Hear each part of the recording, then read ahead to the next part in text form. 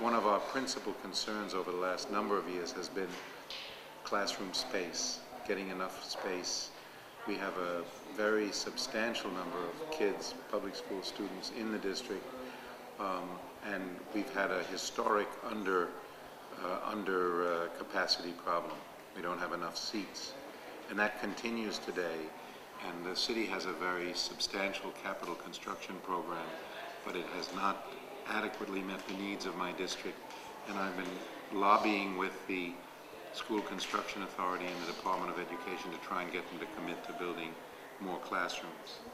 They had initially committed to a certain number of seats for each borough, and they amended the plan last year to take out 1,500 seats from the North Bronx. So 1,500 seats that should have been committed before the end of next year now have disappeared from the plan. I would like to get them back. In an email, Department of Education spokeswoman Marge Feinberg said, "We plan to create 2,500 new seats in District 10. Already, 1,900 are in design. The remainder will be created from the 3 additions."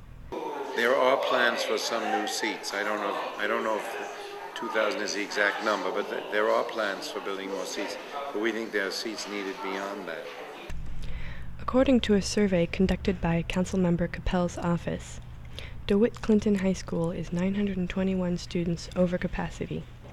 John F. Kennedy High School is 600 students over capacity, and so forth.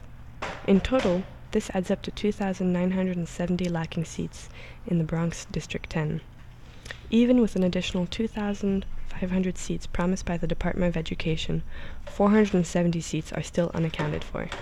The survey results show that we still have substantial overcrowding in schools. The best chance that we have for an increase in seats would be if we can free up the Armory site.